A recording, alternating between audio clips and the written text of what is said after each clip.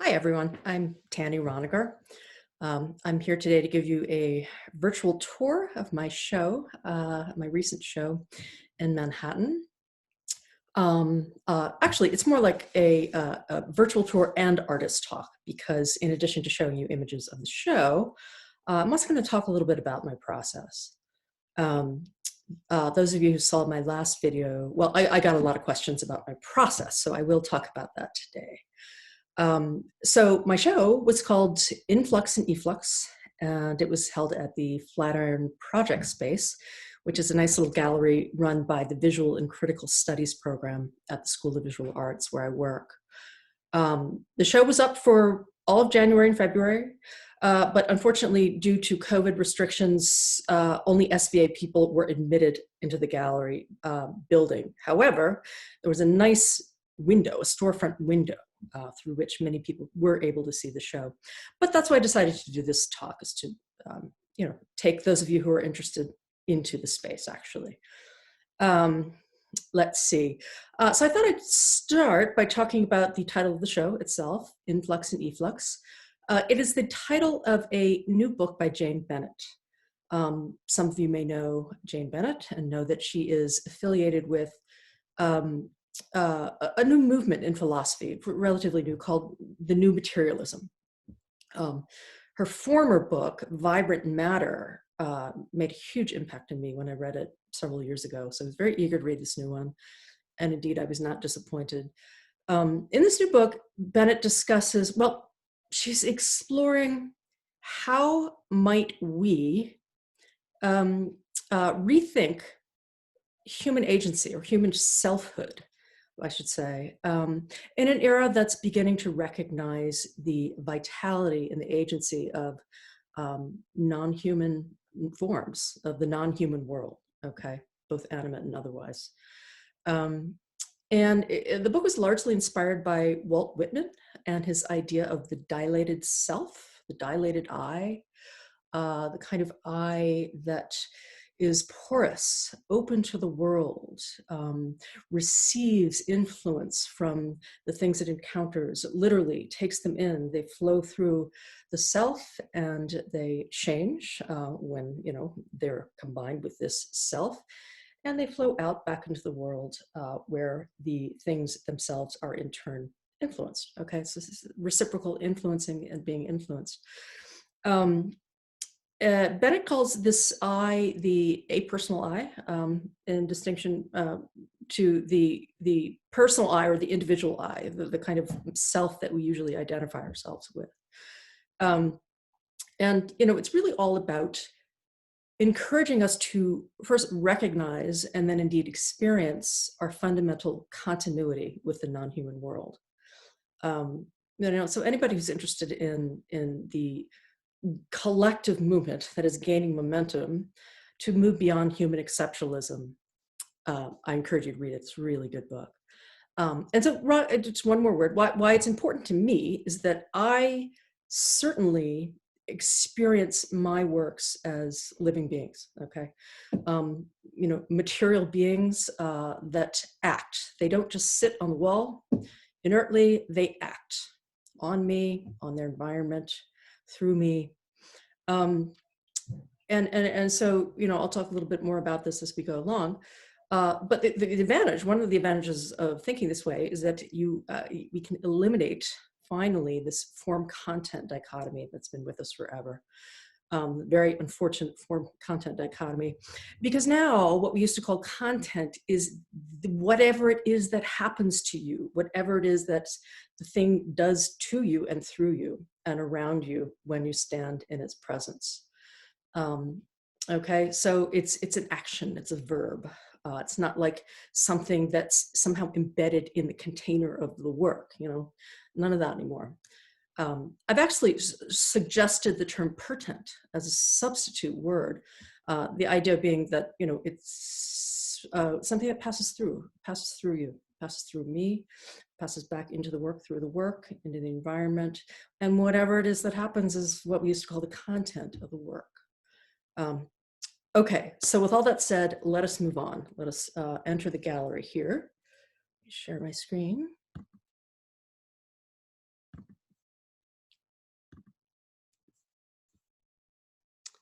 And where do we go? And we're going to start here. Okay, so here we go. We haven't entered yet. We're outside looking in. This is what people saw from the sidewalk, which is actually quite a good view of the show. I think people were able to see most of it, indeed, from the outside. There we have that. I should say there are 6 works in the show. It's a relatively small show compared to my last show, in which there were, I think, 15 or 16 pieces. All of these are charcoal drawings on watercolor paper, okay, 300-pound heavy-duty watercolor paper. So that's what they are. Here we are moving into the gallery from the inside of the building. As you can see, it's a small space, but it's a nice space. It's got those big, high ceilings that some old Manhattan buildings have, many of them have. It's got nice light, it's warm, it just feels good to be in there, which is always really important to me. You know, the feel of the space and how it's going to interact with the work, how the work's going to respond to it, right? Okay, so we look left and we see this little arrangement. I'll just be silent here while I'm showing the group shots, and then I'll talk about some of the pieces individually. And we look to the right and see this.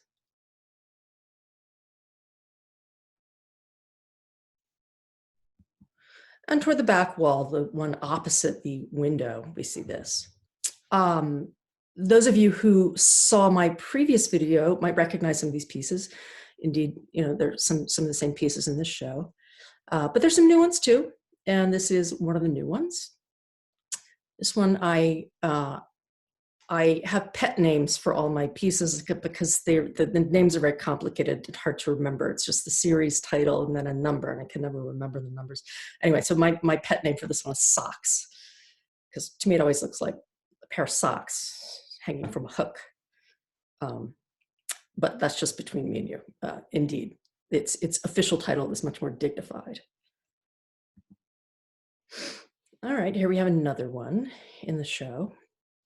As I was saying before, you know, I'm relating to these things as living, breathing bodies, bodies much like my own, but in many ways different. And I see them as things whose forms do something to me, you might say, intramuscularly, electrochemically. My body responds to these forms by reiterating what's happening essentially in the form, with the form. Because, you know, we're all mimetic creatures. We are that way as animals. So the way I experience this is the movements occurring from right to left, okay? And as these forms move across the black field, they twist and turn and sort of pulsate and throb, and they luminesce. And that's what I experience in my body while I look at this. I experience it differently every time, I should say, because I am different every time I look at it, and the ambient lighting is different. The environmental conditions differ. You know, everything's changing all the time. So, you know, my response to this changes, as would yours. I should also say that, and many artists I suspect will be able to relate to this. After I'm finished with a piece, that's it. It's done. It's not even mine anymore. Okay, it takes on a life of its own. I claim no authorship over it anymore, and I love it when that happens. You know, my work is not about me personally. I don't want any reference to me at all. It exists on its own, and as such, you know, I'm moved by it every time I look at it. You know. It seems when people say, "Oh, I really like your piece," we usually say, "Thank you," right? We take credit for it, but I don't like to do that. I would much rather just say, "Yeah, me too." You know, I'm in love with it. I wouldn't have put it into the world if I weren't. So indeed, forgive me. My cats are fighting. I'm so sorry, fellas. So sorry. Anyway. This is a detail shot of one of the pieces in the show. I show this to give you a sense of the surface. You can't really tell from the larger photographs, but the surfaces are have this texture, this grain, I call it, and that is not a function of the paper. The paper itself is very smooth, but it's something that I do. It's something that I do to the paper with. Well, I'm going to explain it more thoroughly later, but it is something I actually create. Okay, and it's really important to me. The way these things look up close is really important to me. All right, we're back outside. It was, a quick tour, small show, but I loved it because I loved the way the pieces, flowed through and around each other and, had this wonderful conversation with the space. I just really liked the feeling of it. So now what I'm going to do is I'm going to take you upstate. We're going to go into my studio. The first thing to know about this picture is that it's a complete fiction. It's a fabrication. My studio never looks like this, okay? I set it up for the photograph. What it actually looks like when I'm working is more like this. Granted, this was before my studio was renovated, so it's extra kind of disgusting, but you get the idea. This is how I work. There's charcoal all over the place, Q-tips everywhere, things, just tools strewn about, as if it were, the scene of some disaster. But that's just how I work. I accept that, there are other artists who may be able to keep things nice and tidy and organized while they work, and God bless them, but I'm not one of them. Similarly, I do not look like this ever when I'm working, but rather something like this. Every night when I get back from the studio, my husband says, "How's the coal mine today?" Anyway, what I want to talk about today is this. As I said, I'm going to give you a little glimpse of my process, meaning what is actually required, what actions do I take in order to create these pieces. This, you will notice, is not a charcoal drawing. It is a small gesture drawing. All of my work in this whole series is all based on a series of tiny little gesture drawings that I've made over the last couple of years. So based on, I kind of want to say the larger drawings are recreations of the smaller ones, but that doesn't feel entirely right because every time I recreate one of these things, it changes completely, dramatically, right? This is a completely different beast. So that's why I say based on, inspired by. The compositions are inspired by these things. So this is a tiny little thing. It's about 4.5 by 6 inches. All right. So now we're going to look at an early phase of the large scale drawing that came from that piece. So the first thing to do is, of course, to scale up. This one is about 44 by 59, something like that, 46 by 59.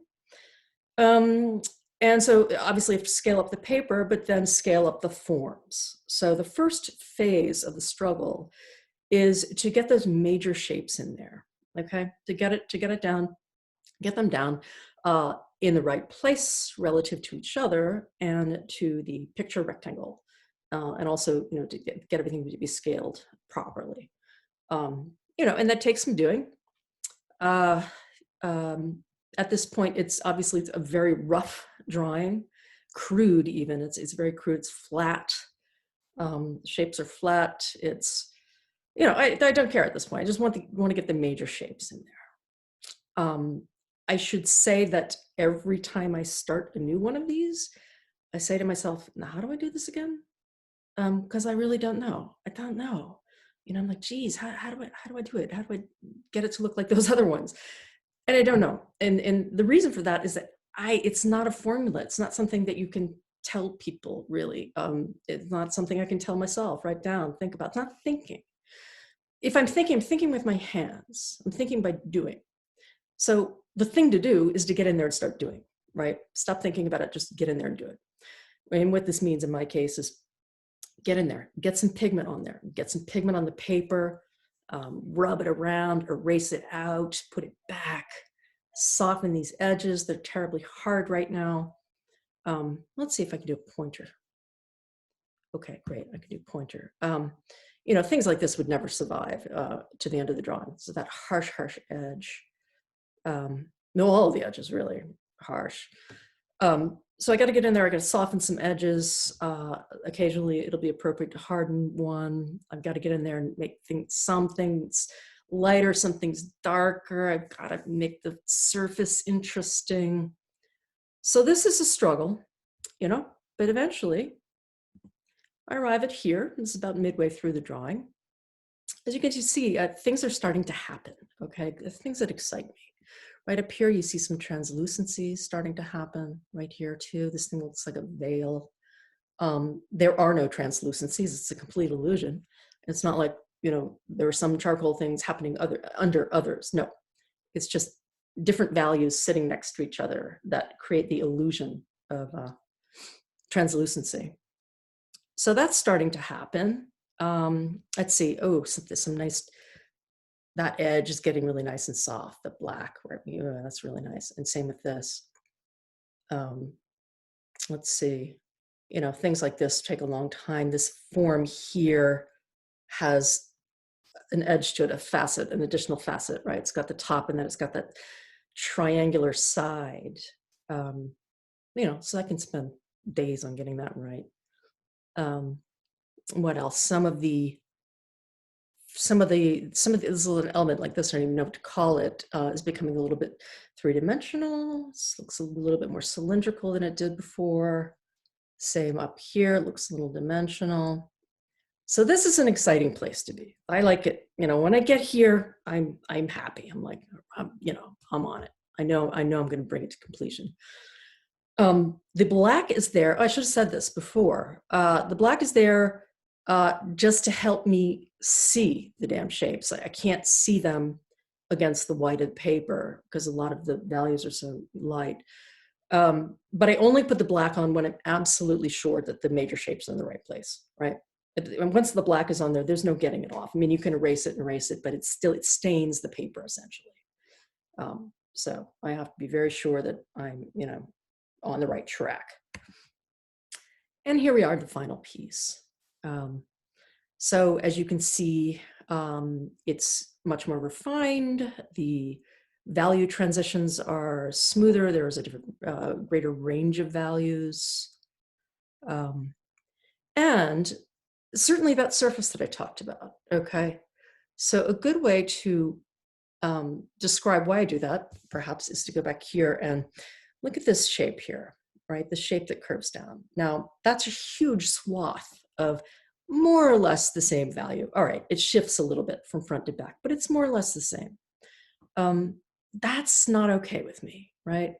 Flat shapes like that. I always tell my students, every inch of your drawing matters, every inch.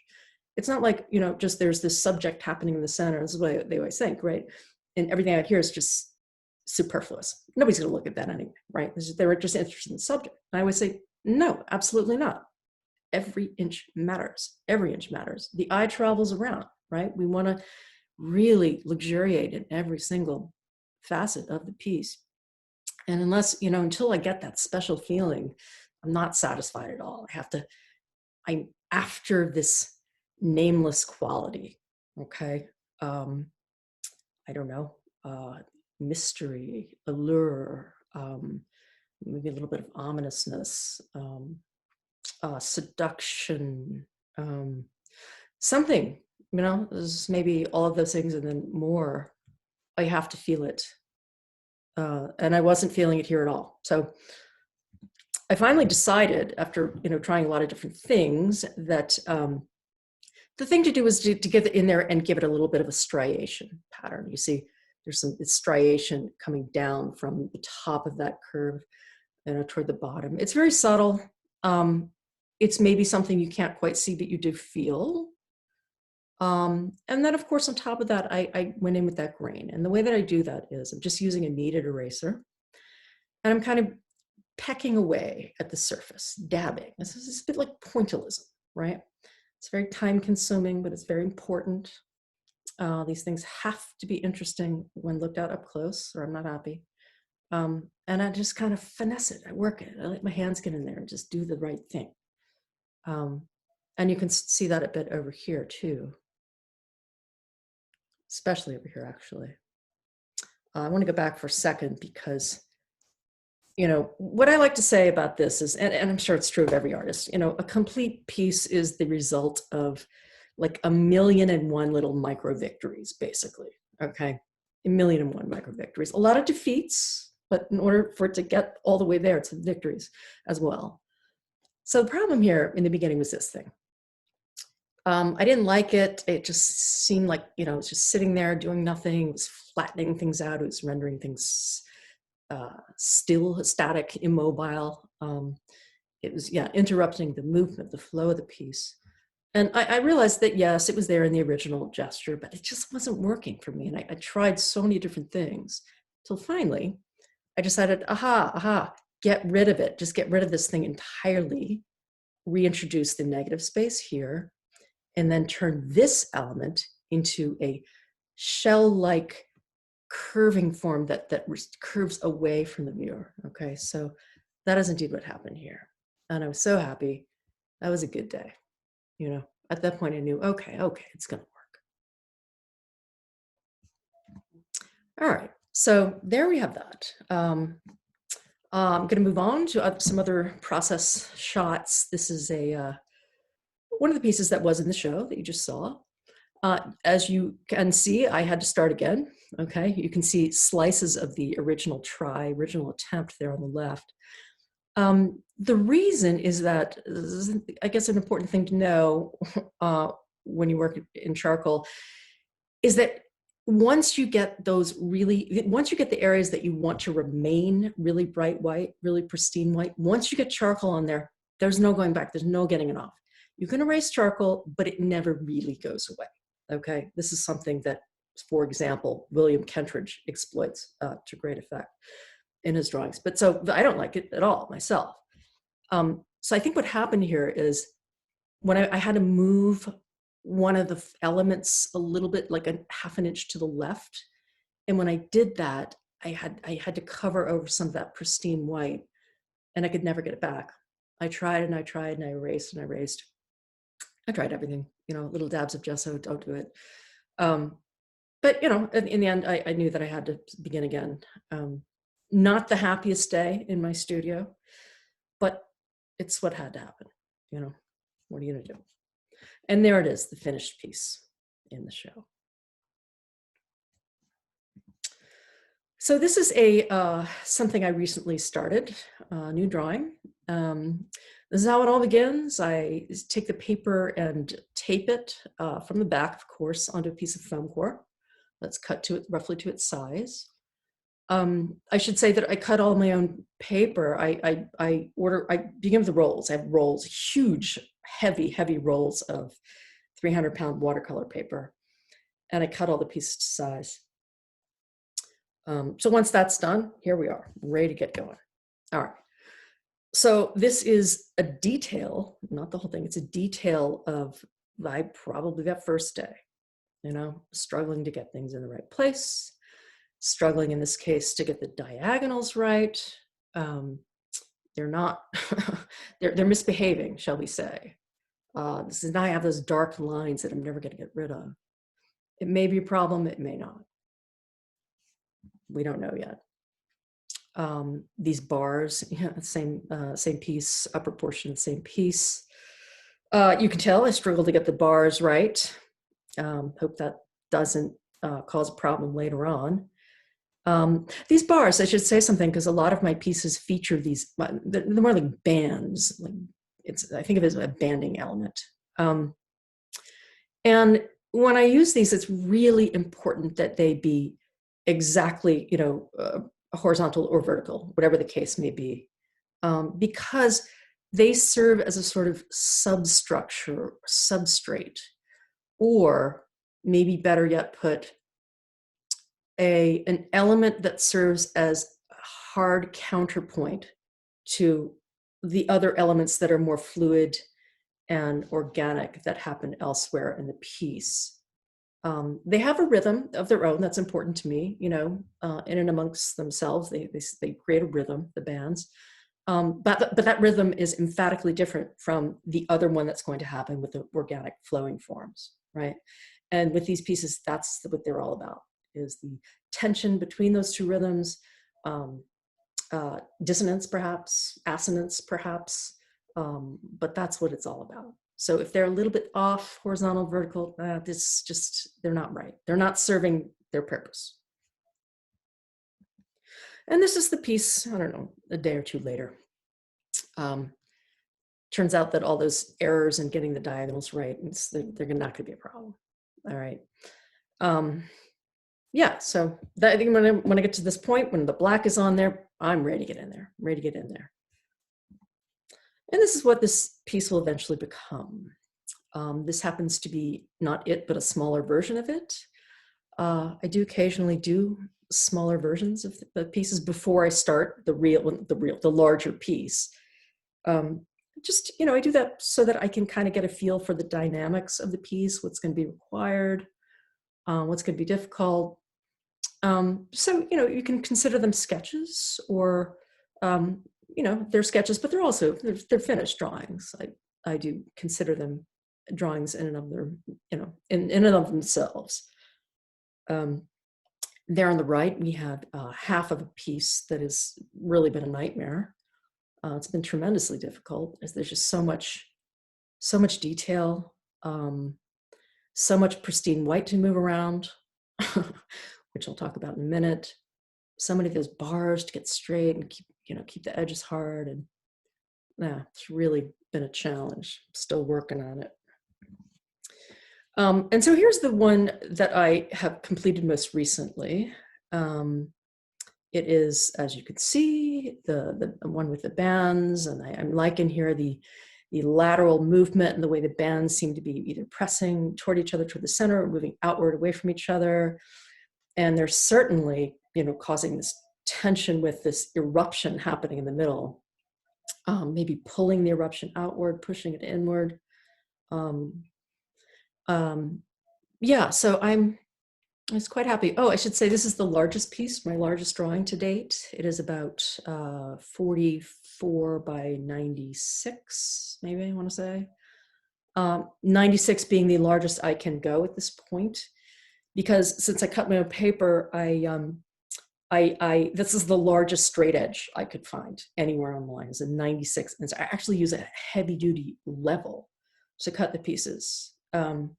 So if anyone has found a larger one, I would love to have like a 120-inch straight edge, you know, to create really big pieces. In any case, big piece, here's a detail. Here you can see, well, a lot of that translucency happening. Again, complete illusion. There's, you know, it's just different values sitting next to each other. All right, in here, really kind of enjoy that about this piece. But also, what I want to talk about with this one is that pure bright white that I was talking about earlier that has to be kept pristine. Well, it's never kept fully pristine, and by intention, okay? And I have to learn this every damn time I do one of these drawings. I have to learn it. You cannot leave pure white on the drawing. Swatches of pure white. It looks unnatural. It's jarring. It's flat. It's terrible. So much as I might resist, you know, because I'm afraid to dirty up the white, I got to get in there with a little bit of vine charcoal on my fingers or something, and, you know, mess it up. And then I can go back in with a kneaded eraser and kind of pull a little bit of that bright white back out. So this is kind of like dance around that white, you know. And of course, the darker it gets, the harder it is to pull white back out of it. Like this area here got pretty dark, but, you know, it had to. So that's for the whites. Yeah, and this one I kind of like, it's kind of got a bunch of different things going on. You know, of course, the banding pattern, lateral banding pattern, and then these eruptive organic forms. And then what's curious to me are these shapes here that echo each other, these three here. And I guess this here was, and again, all of this was in the original gesture, which I did in under a minute, all these strokes in under a minute. I don't know how this happened, but some of them came out really straight like that. And there's something nice about that in combination with everything else that's happening in the drawing. Okay, so anybody who's had enough of me at this point, this is probably a good time to sign off. Because now I'm just going to talk for about 5 more minutes. I'm going to talk about things I'm considering, plans for the future. This is one of those original gesture drawings that I talked about. I have been wanting to do this one, you know, to recreate it on a large scale for a long time, but frankly, it's really daunting. It's so complex. There's so many translucencies, and it's the speed. It's the speed of the marks. You see, I mean, I did this in one really quick microsecond of a stroke, but to recreate that painstakingly, you know, right, stroke by stroke by stroke, you know, for hours is very difficult to capture, to maintain that sense of the speed. It can be done, I'm sure. It's just, you know, it's just going to be difficult. So I'm thinking about this. You know, I'm thinking about tackling this one next, and it's got to be done on a large scale. That's where I'm going. Don't know why. I'm also thinking about this. This is it's not a charcoal drawing. It's not charcoal drawings you're looking at. They are tiny little fragments, like 1.5 by 2.5 inch fragments of gesture drawings, okay? Scanned gesture drawings, arranged in a sensible manner. I'm paraphrasing Noguchi. He used to like to say, the stones joined in a reasonable manner. So I like the arrangement here. I'm thinking about recreating this entire array. Again, large scale, I guess each piece would be maybe, I don't know yet, but you know, so big enough to cover. Oh, okay. So this is just an example of one of those grid-like pieces. I call them microscapes. This is an early one I did, you know, obviously 9 panels. But it would look like that, except it would be on this wall. Or, I mean, so this is my studio when I first got it, when it was first renovated. How lovely. I'll never say it like that again. But this is what excites me, okay? This is Smack Melon in Brooklyn, the space in Brooklyn. I've never shown in this place, but look at it. Boy, I just love that wall. I love it. And I'm dying to do something that scale, you know, a drawing or an array, shall we say, and arranged in a sensible manner of little drawings. I'm dying to do it at the scale. I don't know why I don't. It's completely irrational. Nobody's going to show it these things. Nobody's going to buy them ever. It's just completely irrational. But I have this impulse, right? I figure I should just go with it. You know, I'm at the mercy of deeper forces within myself. And I do trust them, I do. So I will stop sharing here because we've reached the end. At this point, I'll take any questions you might have. Of course, you can ask them. I wish you could, but I am going to be posting this talk on Facebook and Instagram. And I'm hoping you'll, you know, ask some questions there. I would love to engage in a conversation. And really just thank you for your interest and your time. And yeah, that's it. Okay. Cheers, everybody.